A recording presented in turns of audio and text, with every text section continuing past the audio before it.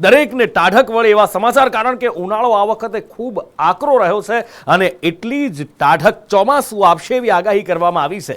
આ આગાહી હવામાન વિભાગ દ્વારા કરવામાં આવી છે કે 48 કલાકમાં ચોમાસું ગુજરાતમાં દસ્તક આપી દેશે। ગુજરાતવાસીઓ માટે આનંદના ખુશીના સમાચાર છે, તો બીજી બાજુ ખેડૂતો માટે હરખની હેલી છે। ક્યાં કઈ તારીખે કયા જિલ્લામાં કેવો વરસાદ પડશે, સૌથી પહેલા એ જુઓ। રાજ્યમાં પ્રી મોન્સૂન એક્ટિવિટીના ભાગરૂપે વરસાદી જમાવટનો આરંભ થયો છે। ભાવનગરના પાલીતાણા, વડિયા, જમણવાવ સહિત અનેક વિસ્તારોમાં તોફાની પવન સાથે વરસાદની હેલીનો આરંભ થયો। આ તરફ અમરેલી, સાવરકુંડલા સહિત સૌરાષ્ટ્રના કેટલાક જિલ્લાઓ અને તાલુકાઓમાં વરસાદી માહોલ સર્જાયો છે। હવામાન વિભાગે 7 દિવસ વરસાદની આગાહી કરી છે, જેમાં સમગ્ર રાજ્યમાં તોફાની વરસાદ રહેશે। હવામાન વિભાગના જણાવ્યા પ્રમાણે 11 જૂનના રોજ સાબરકાંઠા, અરવલ્લી, પંચમહાલ, દાહોદ, મહીસાગર, વડોદરા, છોટાઉદેપુર, નર્મદા, ભરૂચ, સુરત, ડાંગ, નવસારી, વલસાડ અને તાપીમાં વરસાદ રહેશે। તો દાદરાનગર હવેલી, જૂનાગઢ, અમરેલી, ભાવનગર, ગીર સોમનાથમાં પણ 11 તારીખે વરસાદ પડશે। જ્યારે 12 જૂને નર્મદા, સુરત, ડાંગ, નવસારી, વલસાડ, તાપી, દમણ, દાદરાનગર હવેલી, અમરેલી અને ભાવનગરમાં પણ તોફાની વરસાદ રહેશે। તો 13 અને 14 જૂને નર્મદા, સુરત, ડાંગ, નવસારી, વલસાડ, દમણ, દાદરાનગર હવેલી, અમરેલી અને ભાવનગરમાં આગાહી છે। તેવી જ રીતે 15 જૂને નવસારી, વલસાડ, દમણ, દાદરાનગર હવેલી, અમરેલી અને ગીર સોમનાથમાં આગાહી કરવામાં આવી છે। જ્યારે 7મા દિવસે એટલે કે 16 જૂને નવસારી, વલસાડ, દમણ, દાદરાનગર हवेली, अमरेली और गीर सोमनाथ में वरसाद जमावट करशे।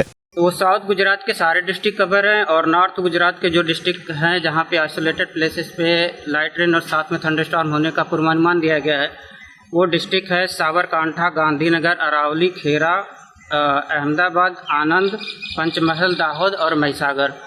और कल की बात करेंगे तो कल के लिए साउथ और नॉर्थ गुजरात दोनों जगह के लिए आइसोलेटेड प्लेसेस पे लाइट रेन होने का पूर्वानुमान दिया गया है। और जो डिस्ट्रिक्ट है जहाँ पे लाइट रेन होने का पूर्वानुमान और साथ में थंडरस्टॉर्म की भी वार्निंग दी गई है, वो डिस्ट्रिक्ट हैं साबरकांठा, अरावली, पंचमहल, दाहोद, महिसागर और साउथ गुजरात के सारे डिस्ट्रिक्ट कवर हैं जहाँ पे कल के लिए लाइट रेन साथ में थंडरस्टॉर्म की भी वार्निंग दी गई है। राज्य में 11 तारीखથી प्री मोन्सून एक्टिविटीના ભાગરૂપે ચોમાસાના સંકેત છે, તો બીજી બાજુ હવામાન નિષ્ણાત અંબાલાલ પટેલે પણ આ વર્ષે સારા ચોમાસાના સંકેત આપ્યા છે। જે કર્ણાટકના ભાગો, છત્તીસગઢના ભાગો અને લગભગ ગોવાના ભાગો, કોંકણના ભાગો, આ ભાગોમાંથી ચોમાસું ધીરે ધીરે આગળ વધશે। તારીખ 9થી ગુજરાતના દક્ષિણ ગુજરાતના ભાગો અને દક્ષિણ સૌરાષ્ટ્રના ભાગોમાં વરસાદ થવાની શક્યતા રહેશે। 9થી 12માં ગુજરાતના ઘણા ભાગોમાં વરસાદ થવાની શક્યતા રહેશે। પરંતુ આ ચોમાસાનો પ્રથમ વરસાદ હોય, ગાજવીજ આંધી વંટોળ સાથેનો વરસાદ થશે। એ દક્ષિણ ગુજરાતના ભાગોમાં અને દક્ષિણ સૌરાષ્ટ્રના ભાગોમાં થશે।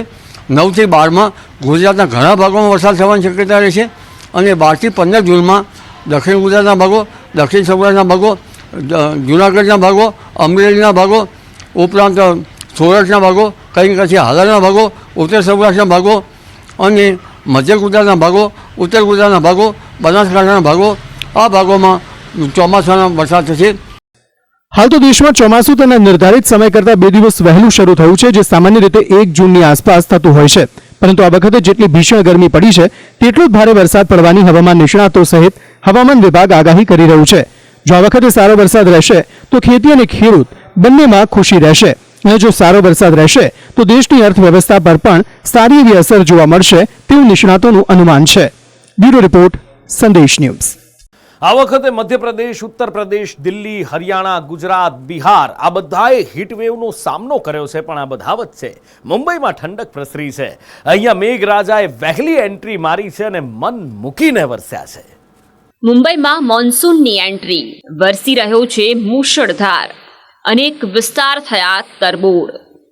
દક્ષિણ પશ્ચિમ ચોમાસું ધીમે ધીમે મજબૂત થતા અન્ય રાજ્યોમાં પણ એક્ટિવ થવા લાગ્યું છે। કેરળ બાદ હવે મુંબઈમાં ચોમાસું સમય કરતાં 2 દિવસ વહેલા પહોંચી ગયું છે। તેના કારણે મુંબઈની સાથે સાથે આજુબાજુના વિસ્તારોમાં પણ મુશળધાર વરસાદ વરસ્યો છે। તેનાથી સામાન્ય જનજીવન અસ્તવ્યસ્ત થઈ ગયું છે। મુંબઈ અને તેની આજુબાજુના વિસ્તારમાં છેલ્લા 24 કલાકમાં ભારે વરસાદ થયો છે, જેના કારણે તાપમાનમાં ઘટાડો આવ્યો છે। લોકોને ભીષણ ગરમીમાંથી રાહત મળી છે, પરંતુ ઠેર ઠેર રોડ રસ્તા પર પાણી ભરાતા લોકોને હેરાનગતિ પણ ભોગવવાનો વારો આવ્યો હતો।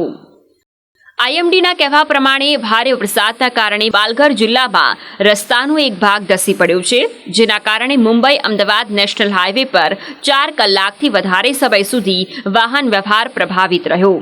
વિક્રોલીની વાત કરીએ તો અહીં મુશળધાર વરસાદની સૌથી વધુ અસર જોવા પડી છે. વરસાદના કારણે અહીં એક સ્લેબ પડી ગયો હતો, તેની નીચે દબાઈ જવાથી 2 લોકોના મોત થયા. ખાસ વાત એ છે કે મૃત્યુ પામેલાઓમાં એક 10 વર્ષનું બાળક પણ સામેલ છે. થાણે, નાસિક, છત્રપતિ સંભાજીનગર, અહમદનગર, સતારા અને જલગાંવ સહિત મહારાષ્ટ્રના કેટલાય જિલ્લામાં એક દિવસમાં સારો એવો વરસાદ થયો છે. ભારે વરસાદના કારણે કેટલાક રસ્તાઓ પૂરમાં ફેરવાઈ ગયા હતા. ત્યાં આ મુશળધાર વરસાદને કારણે 2 લોકોએ જીવ પણ ગુમાવ્યા છે. તમને જણાવી દઈએ કે આ વખતે મહારાષ્ટ્રમાં ચોમાસું સમય પહેલા આવી ગયું છે, જ્યાં અગાઉ ચોમાસું મહારાષ્ટ્રના આસપાસના વિસ્તારોમાં 15 જૂન સુધીમાં પહોંચતું હતું. આ વખતે તેનું આગમન 1 સપ્તાહ વહેલું થઈ ગયું છે. બ્યુરો રિપોર્ટ, સંદેશ ન્યૂઝ. ગઈકાલે દેશે એક ઇતિહાસ બનતો જોયો. 62 વર્ષ પછી કોઈ પ્રધાનમંત્રીએ સતત 3જી વખત દેશની સરકારની ધુરા સંભાળી. નરેન્દ્ર મોદીએ સતત 3જી વખત પ્રધાનમંત્રી તરીકે શપથ લીધા અને વિશાળ મંત્રીમંડળ અસ્તિત્વમાં આવ્યું. અને આજે 100 દિવસનો રોડમેપ, 5 વર્ષનો એજન્ડા તૈયાર થઈ ગયો. એક બાદ એક ધડાધડ નિર્ણય લેવાવા લાગ્યા અને મંત્રાલયોની ફાળવણી થઈ ગઈ છે. એ આદેશમાં કપાયા કોણ, આવ્યા કોણ, એ હવે જુઓ.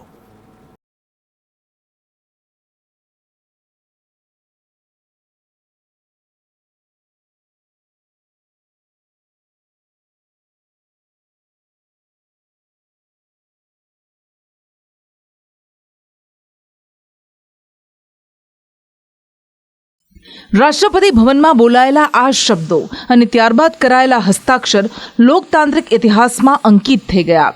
તો બીજી બાજુ કોઈ પણ વાટ જોયા વિના બીજા હસ્તાક્ષર થયા મોદી સરકાર 3.0ના પહેલા નિર્ણય પર. પીએમ બનતાની સાથે જ નરેન્દ્ર મોદીએ સૌથી પહેલા ખેડૂતો સાથે જોડાયેલી ફાઇલ પર સાઇન કરી અને આ નિર્ણય સાથે જ પીએમ કિસાન નિધિનો 17મો હપ્તો જાહેર કર્યો. મોદી સરકારના આ નિર્ણયથી દેશના 9 કરોડ 30 લાખ ખેડૂતોને ફાયદો થશે. ખેડૂતોને અંદાજિત 20,000 કરોડ રૂપિયા અપાશે. આ નિર્ણય પર પીએમ મોદીએ એક્સ પર પોસ્ટ કરતા લખ્યું કે અમારી સરકાર ખેડૂત ભાઈ બહેનોનું જીવન સરળ બનાવવા માટે પ્રતિબદ્ધ છે. આ અમારા માટે સૌભાગ્ય છે કે સતત 3જી વખત પ્રધાનમંત્રીના રૂપમાં કાર્યભાર સંભાળ્યા બાદ પહેલું કામ તેમના માટે કરવાનો અવસર મળ્યો છે. આવનારા સમયમાં અમે ખેડૂતોના કલ્યાણ અને કૃષિ ક્ષેત્રના ઉત્થાન માટે નિરંતર કામ કરતા રહીશું. શપથ ગ્રહણના બીજા જ દિવસે પીએમ મોદી એક્શનમાં આવી ગયા.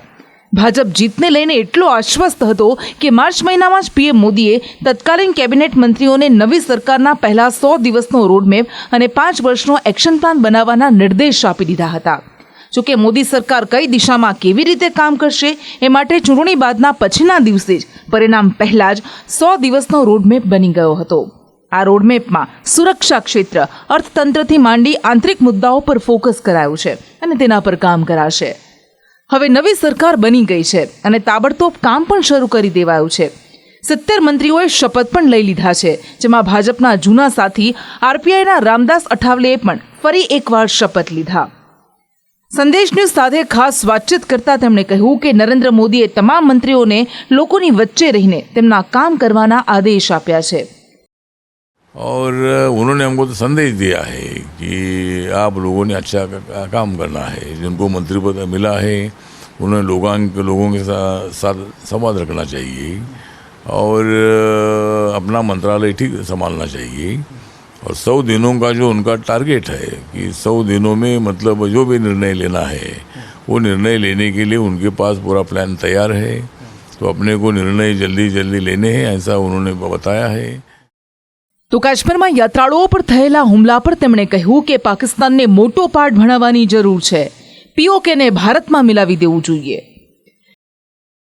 हमला हुआ है ये बात बहुत बड़ी बुरी है, सीरियस है और इसका हम पूरा निषेध करते हैं और हमले की पूरी जांच हो रही है. लेकिन अचानक हमला हुआ जानबूझकर. पाकिस्तान के लोग जो है ये जानबूझकर इसी तरह का प्लान करते हैं और आतंकवादी यहाँ भेजते हैं, ऐसे हमले होते हैं. तो पाक व्याप्त कश्मीर को ताबे में लेना चाहिए. हमारा एक मकसद है कि मैंने पार्लियामेंट में भी बहुत बार ये भूमिका रखी है कि पाक व्याप्त कश्मीर अगर अपने ताबे में आ जाएगा तो आतंकवादी एक्टिविटी 100% खत्म हो जाएगी। પ્રથમ અને બીજી ટર્મમાં નરેન્દ્ર મોદીએ મિનિમમ ગવર્મેન્ટ મેક્સિમમ ગવર્નન્સની વાત કરતા મંત્રીમંડળનું કદ નાનું રાખ્યું હતું.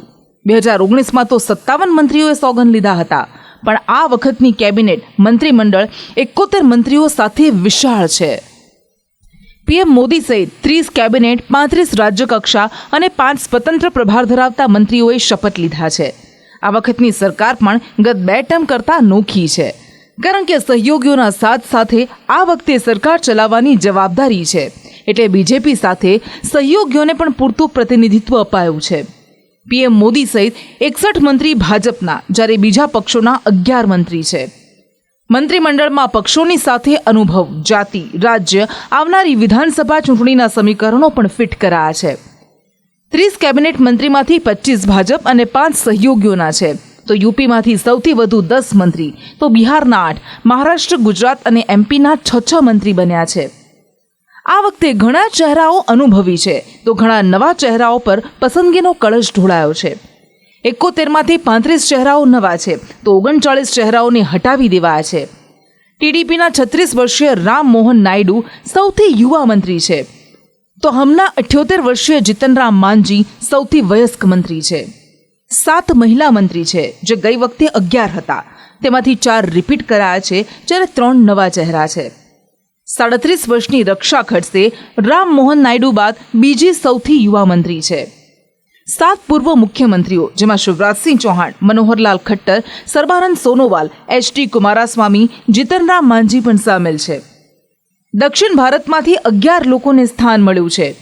કેબિનેટમાં 19 મંત્રી એવા છે જેમને મોદી 2.0માં પણ સ્થાન મળ્યું હતું, જ્યારે 11 મંત્રી નવા છે, તો 11 મંત્રીએ ત્રીજી વખત શપથ લીધા છે. મોદી સરકાર 3.0એ કામ શરૂ કરી દીધું છે, પણ આ વખતે તેમની સામે અનેક પડકારો છે, અને સૌથી મોટો પડકાર છે ટીડીપી અને પલટી મારવા માટે જાણીતા નીતિશ કુમારની જેડીયુને સાચવવાનો. બંને રાજ્યોની સ્પેશિયલ સ્ટેટસની માંગ છે, અને હવે એ પ્રબળ બનશે તે નક્કી છે. વિદેશ નીતિમાં મોદી સરકારનું કામ એક ઉપલબ્ધિ ગણાય છે, તેને જાળવી રાખવાનું આ વખતે લક્ષ્ય રહેશે. તો અર્થતંત્રમાં ઉતાર ચઢાવ સામે ભારતને ટોપ 5માં હજુ ઉપર લઈ જવું. યુનિફોર્મ સિવિલ કોડથી માંડી આંતરિક અને બાહ્ય સુરક્ષા જેવા મુદ્દાઓ છે. આ તો હજુ શરૂઆત છે. સફર ઘણી લાંબી અને પડકારોથી ભરેલી છે, ત્યારે મોદી સરકાર 3.0 પર દેશ આખાની નજર રહેશે, અને એના આધારે જ તેમની કામગીરી તોલાશે. બ્યુરો રિપોર્ટ, સંદેશ ન્યૂઝ.